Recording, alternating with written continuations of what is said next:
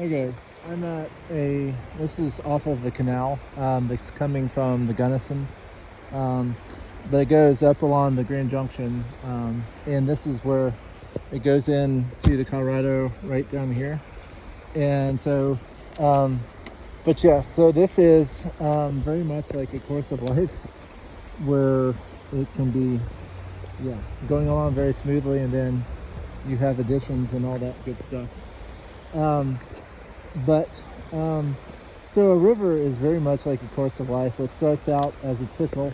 Um, so a trickle comes from way high in the mountains of the Rocky Mountains, um, and they come down. And we are affected heavily by the snowpack that is at like 30 something, 30 to 40% snowpack. And so our river is pretty stinking low. Normally, you can see actually the green band. It's usually up higher, but because of we had very little snowpack, and so it's not not as much. So it starts out, and the thing is when it starts out, it's pure and clean, and just as like a baby born. I mean, you're pure and clean and entering a world, and so and you're birthing a baby, kind of like in like a boat births, has a birth and goes out into the water, into the world. And as we go further along, it picks up speed and gets bigger. And as you know, like you start out as a little trickle, and then it gets to a creek, and then it gets to a stream, and it gets to even bigger and bigger and bigger. And as you go along, I mean, it starts out pretty slow, and then it picks up more and more speed, and it comes into tributaries. Like, so there's other parts of life that come into, just like the tributaries come in, like the Colorado, for instance. Like above me, there's the Gunnison River that comes in upstream, and this is off of a canal. So the canal goes up into up there, and then comes back down, and it's to provide them water. Without these canals, it would be a lot more difficult to sustain life here. I mean, this basically gave birth to Grand Junction. I can't remember. I think it was like in the early 1900s. They started the canal system because there wasn't really anything here, and it was called. This was called the Grand River before it was called the Colorado River. And I believe it was and the reason why it's called a junction is because all the railroads fed into here, or fed into this area. So, so the river also picks up, and has a whole kinds. And so just as our lives, we start out as kids, and then we go to school, and then we have more and more additions. Like we start adding band practice or sports or life in general, maybe BMX or just different things, and living in this world. And so you start out not having a whole lot to do, and kind of sleeping, eating, and pooping all the time, and then you do more and more, and then you have more loaded onto you by your parents, like such as chores and that type of thing. And so we can limit or allow certain things, or be limited by our parents and by God and what He allows us to see and go through. And so God allows certain things to come into your life. Sometimes He allows things to come in very quickly to get you ready for other things, such as maybe you're a harder life because your parents are maybe they get put in jail, or they're having a hard time with addictions. Then other parents, when they see all these issues around them, they try to limit the amount of interaction with these, I guess, unmentionables, is the only way I can put it. But eventually you will, like, it's kind of like, I don't know, in a course of life, like if your parents are controlling a lot of the situation, it's kind of like you, and then when you hit college, you're like, holy crap, college is like out of control. But rivers twist and turn and go through many landscapes, just like life. We go from being home or with parents to going to school, and life keeps adding more and more onto you, more chores, more stuff to do. some which is imposed, like sports, dance, band, hobbies, camping, camps, like summer camps and more. Rivers go through turbulent times. I know, like in river canyons, I mean, you have class 1, 2, and 3 rapids. One is kind of like, I think this would be classified as like a 1, where it's like, yeah, you can see some stuff, and then it can get worse. This is not a class 2, but a class 2 is like you have more rocks and more things. And class 3 is like where it's, yeah, you need to be watching yourself. I mean, there's nothing even close to class 2 anywhere near here. Maybe upstream or downstream. Sorry. And so you go through rapids and unexpected drops, like wild and untamed. Think of it like life unexplored. Like, you don't know what's around the next bend. Like, if you were floating this for the first time, you're like, okay, well, I don't know what's around the next bend unless someone has gone before you. It's like, well, I'm not sure what I'm going to find. Like, if I got in my kayak and went on this river, I would kind of, well, I kind of know that it's a, I mean, you kind of educate yourself on what's downstream. And it's, and you just don't know what's around the next bend. It's just like life. You could hit bullies. Bullies could make schooling life not fun, like it did for me.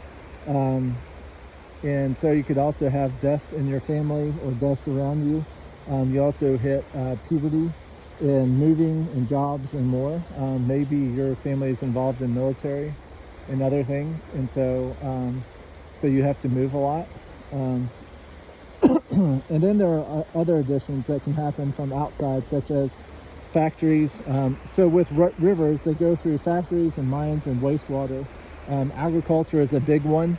Agriculture takes a lot of that water, and then whatever is left, they filter it out. And the thing is with all these additions, they make the water less usable. Like with mines, you have all kinds of bad things with mines. I mean, you have, which is insane, but they're saying that we can drink coal ash, which is completely nuts.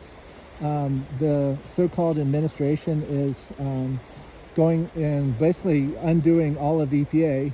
And if you look back at the 40s and 50s of EPA, rivers were so polluted and so waste worthy, I could flip a match into the river and it would catch on fire. Like, look at the Finn Holloway back in the day. And yes, rivers were, would you rather have something that looks like this, or would you rather have floating stuff in the water and like not being able to touch it? Anyone who has lived through storms and that type of thing knows that you don't go in water after a storm, because all this, what happens is off of the land, you have all the additions. So all the stuff that was on land, such as fertilizers, pesticides, oil, gas, these all go into the water and are bad things, and they can really, all these chemicals can harm you. And the thing is where do you think all the water for your tap comes from? Right here. And they can't get rid of all the stuff that is in this river. You could have illegal substances going in here. You could have atrazine, which is really horrible. That's a agricultural fertilizer that they claim is harmless, which has been absolutely proven in the court of law that it's not. Same with Roundup. Roundup has, there was a class action lawsuit in California, which the people won against Roundup, and yet we're shoving it down our throats. They also, by the way, the reason why you have a gluten intolerance is because they dump Roundup right when they're about to harvest, and it supposedly produces a harvest, but I think it like desiccates the plant and it makes it so there's a bigger harvest. Desiccate means dry up. But that's why you have, if you took normal wild edible things, you could eat them easily. But the problem is you're not allergic to the wheat germ. The germ is the part of the plant that you eat, but you're allergic to the crap that they put on it. Like, you can go to another country, and we live in a flipping I don't understand why we allow the crap that we do. If you would look up the amount of stuff that's in your whatever compared to other countries, you would immediately see that the chemicals and stuff that they shove down our throats is absolutely insane. And I feel like we live in a gigantic prison where we have a bunch of pedophiles and people that are beyond sadistic. But the thing is you have to pray over everything, anything that goes into your body and everything else. And I know I'm getting off my message. But yeah, so, but all these additions, and it's just like in your life, I mean, you could be going along and these additions could be beneficial. Like I know fertilizers, I mean, they add nutrients and that type of thing. But the thing is with, I don't know, well, you probably don't know this, but if you add too much nitrogen, especially to a pond, it causes algae to bloom. And those algae can cause, when it decays, it can cause fish die-offs big time. And it's just like in life. I mean, there could be good additions, like, hey, you could learn different subjects and be ready for whatever, but there could also be bad additions, like you could hear about said parties and whatever, and like, hey, let's go party, which is really stupid, by the way. And then you're like, hey, I can drive, and you wind up getting a DUI. And so it's not a good situation. Does it go on? Yes. Are there parties? Yes. And it's because parents are, well, no, I can't. Some parents, yes, I can blame them because they know what's going on and they can stop it, but they refuse to. And then there are other parents that are busting their butt all day, and it's like they have no other option. It's like they can't afford daycare, so it's like they have to, basically, it's like, okay, well, just try to do what you can. And the thing is as a Christian or as a person that follows Yeshua, I don't call myself a Christian. I call myself a disciple of Yeshua because that is, I believe, his true name. And Christians have gotten idols and worshiping traditions like Easter. Easter is not the historical practice. Jesus celebrated Passover. Passover is the true event that we should be celebrating. And yet the Catholic Church has crammed Easter as being Christian when it's not. The same thing with Christmas. Christmas is not a flipping, I don't care how you celebrate it. It is, it's also called Saturnalia. It's called the Yule Festival. It is a depraved pagan tradition that you should have no part of. And that's the problem with these modern, and it's not about religions. No religion is right out there. You have to have a one-on-one relationship with the God who made you, who is in heaven, and a dome over your head. There's a dome right over your head, right here. And I'm not going to get into that, but I could. But yes, if we allow alcoholism and all this other stuff, you could be sinning and doing the wrong thing. That's why you have to get in the Word of God and know where to go and what to do. I'm hoping no one comes. I'm on a trail that potentially people could be coming down. We can do our part planting. So what we can do is in areas where plants aren't. So this is what should happen along the river. You should have plants going right up to the edge because this stops erosion. This stops the nutrient runoff. This stops the stuff from going in, and it also protects when floods hit. It will slow the water. However, when you have no barrier, like I see 90% of our parks, like, hey, let's get rid of all plants because that's a healthy way. And then what happens is they have to dump a whole lot of herbicides into the water in order to get rid of said plants that could have been handled a whole different way. So in a sense, you're wasting lots of money that nature provides a natural cure for it.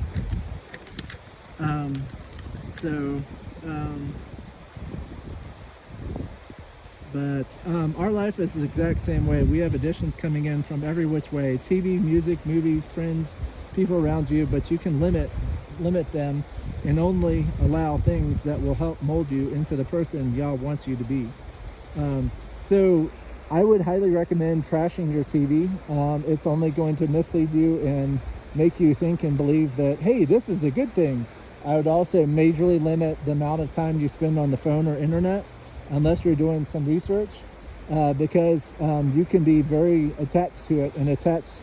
It's called dopamine triggers, and it floods your brain with, like, when things go good for you on your phone, it can give you these unnatural responses. And instead of seeking the environment out here, like, this is my dopamine. I mean, I enjoy places like this. But yes, you need to watch out for who you have around you. Maybe you have a friend that is constantly getting into trouble and whatever. Well, maybe it's time for them not to be your friend.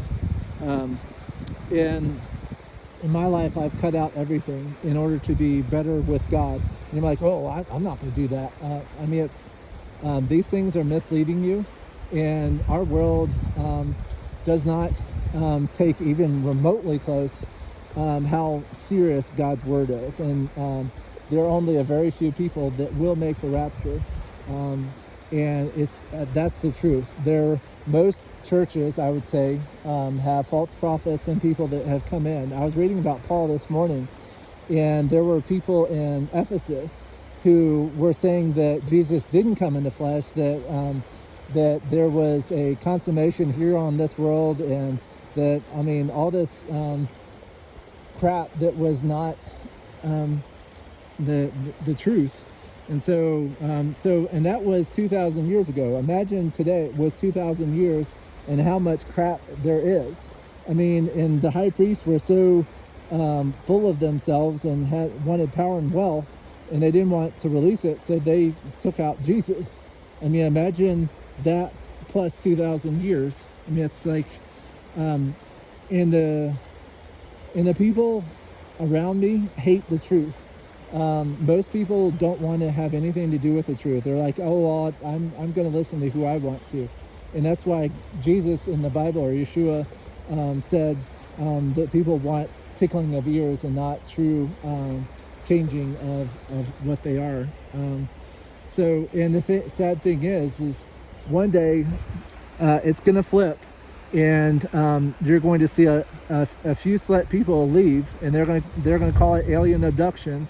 And aliens are demons, and they're going to say that we went home, which is not true. Well, I mean, we did go home, but in a different way than what you were told. But most people are going to go through earthquakes that will move mountains and move islands off of their foundation. So you'll see an island go ploop. And I don't know if you've ever seen the Doomsday Map. I don't think it's completely accurate, but that was someone's interpretation of what this world will look like.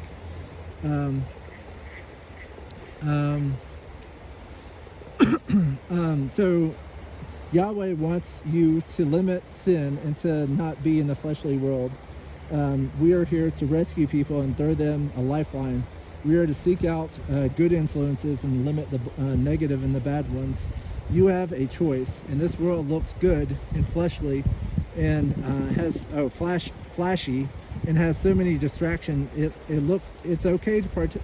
So I mean, there's all kinds of sports, and it's okay to once in a while like go to a sports game, but you're going to find out when you're truly his, you're like, this is kind of pointless. Why am I watching these people throw a ball? I've never really cared for sports. I mean, yes, I've been to events, and it's okay if you want to go there every now and then, but there's other important things. Like, you could be serving in a food bank, you could be going to a hospital or prison or whatever, and just talking to people, or talking to people around you, because there's a lot of people now that are without a house, and you're like, well, homeless people are worthless. It's like, they're not worthless. Imagine getting, like, I know a lot of you all are struggling big time, and imagine getting a hospital bill. Hospital bills now are tens of thousands of dollars, if not hundreds of thousands. Imagine your wife or son or daughter getting cancer or something, and you have no other choice but to take them to a hospital, and then you lose it all because of said hospital. That's what has happened to a lot of these homeless people. They've had one incident after another. Like, for me, for instance, it's I did get a job yesterday, but for over a year, I mean, I have had no job. I have looked everywhere, high and low, all over the country, and there are no jobs, or very limited jobs. So, I mean, and I'm not limited in my skills. I have a buttload of skills. I even have a master's degree, and I could not, for the life of me, get a job. And that's, well, one of the reasons is God had other plans. So, and it's just like life with this river. You never know where the next bend is. Like right now, I mean, it looks okay. It's a little choppy, and you're going along, and then it swerves, and you're hitting a major, it's called a cataract, or in other words, a rapid or like a waterfall kind of feature. And you're like, holy crap, where did that come from? So a river is a perfect setting for additions, because you can see it's like it looks like there may be an addition here, but the thing is you don't know what life is going to provide you. You don't know the obstacles you're going to face. Like there's trees down there, there's rocks, and it's like there's all kinds of pitfalls that the devil wants you to hit. And the devil puts things in your way, and look at the life of Job. I mean, he was allowed to, well, the devil was allowed to take everything from Job. He took all of his livestock, all of his money, everything. And for I think it was about 7 years, Job lived a life, and he's like, okay, well, there's a reason why this is happening, and so he kind of went with the flow. I don't know how many of us, especially me, could go through 7 or so years with all of this happening and not react in a negative way. I mean, I went through this last year, and I absolutely, every couple of days, if not months, I was bitching and complaining because I was like, okay, what is happening? I mean, I felt like I was being tortured and in a place. Another one is Joseph. I mean, it was not his fault that Potiphar came onto him, and it was like all those scenes that you see in like soft, movies. Like it was that type of thing where she was coming onto him big time, and like I don't know if I would be able to go through that, but she blamed him, and they took her word, and it was her word against his, and he was immediately thrown in prison, and he sat there for like I think 2 or 3 years. But it's like God does that trying to get you ready for your next thing. It's like he wants you to, and I know it seems mean and cruel and whatever, but he does it for a reason. He gets you for the next whatever, because I know I'm not going home. I know that I have a battle to do here on earth, and God is preparing me for the next chapter. And so I have 46, and I have no idea where time went, and it's a blur. And so you will be in eternity, and life's ultimate choice is him.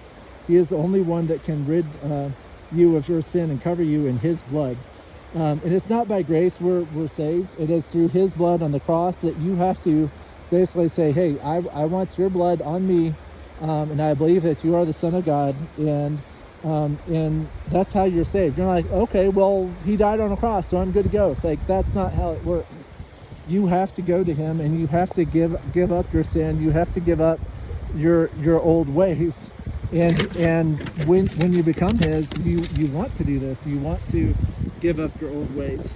And the thing is rivers can never be fully cleansed of all the stuff that has happened. Like if you took this river and tried to clean out all the impurities, like right now it's turbid. It's usually not this brown. We had a major rain event over the last day or two. But soon all the sand will settle out, and it'll look a lot more clear. But the thing is there's a whole lot of chemicals, and because of all this chemical stuff, it can never really return to a completely clean and pure form. If it did, I mean, this would be crystal clear, and you'd be able to see almost to the bottom. But because of what it's gone through, I mean, it's hard. It's just like us. We carry our scars and everything else as time goes on. It's like you may have gotten rid of sin, but you still have the scars. You may have lost teeth. You may have had cuts. You may have pokey places where things went in. I mean, it's like, it's like life can, and it also will affect how you treat life. It's like when you go through stuff, I mean, it makes you different. It's like sometimes, well, a lot of times it can make you jaded about different situations and different things. And you'll have regrets. Yeah. So, but it's a matter of using your time better. It's like getting right with God and then using your time for the better. And be like a river and expect turbulent times ahead, but keep your eyes on Yahweh, because He's the one that'll get you through it. So that is my spiel. And I'm at a park, but it is your choice how you live your life. And the Bible doesn't say life will be easy. It'll say, because they persecuted me, they're going to persecute you. And you just have to enjoy what additions, and I don't know if you can see them, but there's a duck, mallard to be exact, floating down the river. But you need to help people around you, and I don't care where they come from. You need to learn about their story. Just because a person's homeless doesn't mean that they're just worthless. You need to get their story. It's like, and you may have a completely different interpretation of them after you truly get to know them. It's like anyone. Someone may be coming in a different outfit. They're like, oh, well, they look like crap. It's like, I'm not going to talk to them. I'm not going to be, it's like, you need to talk to them. There's a reason why different people are the way they are. And it's because of the different things that have gone on in their life. So yeah, I would expect your life to go quicker, and it's just like a river. I mean, it's going to go faster and faster, and soon you're going to be going so fast. It's like, what happened? Because I can look back at my time of 40-something years and be like, okay, what in the world happened? It's like I was 20s, and it's like I thought like yesterday was Christmas, and here we are in like almost mid-April. So life is you need to try to enjoy the good times, and you need to cut out the distractions. And it's like, and if you claim that you have no time for God, it's like, turn off the TV. Sometimes you can read on while you're taking I know it's not a very appropriate place, but instead of reading that magazine on the pot, you can read the Bible on the pot and get something out of it. You can also read with your family or read with your significant other. It's like, you do have time. It's just, you need to adjust your time to better suit whatever, and your priorities will dictate your life. And if He's not your number one priority, you're not going to make it, period. I don't care who you are. He wants to be your number one. That's what it says in the Ten Commandments. It says God is your number one.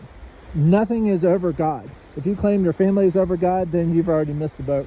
If you claim your car, your house, your job, your whatever, you've already missed the boat. So thank you for joining me. I'm going to continue, and I'm going to probably go over that bridge. I'm going to go up and over on my bike and enjoy the rest of the day. Thank you for joining me. Hopefully you got something out of this. I'm going to try to do more of these. But yes, life has some major issues. And sometimes, like, you can hit an area where it goes like from this to completely really slow. So yeah, it's not always fast and turbulent. Sometimes you'll have a peaceful part of it and you're like, hey, this is nice. But you have to expect more stuff to happen down the stream. So thank you for joining me. Hopefully you learned stuff. But yes, this is how a natural border should look. You should have plants along it. And those so-called weeds are not weeds. They're there to provide nutrients to the ground. There's a reason why all these different plants, like there's dandelion right there. And by the way, this is one of the most nutritious things out there. You can eat the entire thing. You can make dandelion honey out of it. So if you want to get rid of the dandelion, start eating it. Thank you for joining me. God bless you all. Adios.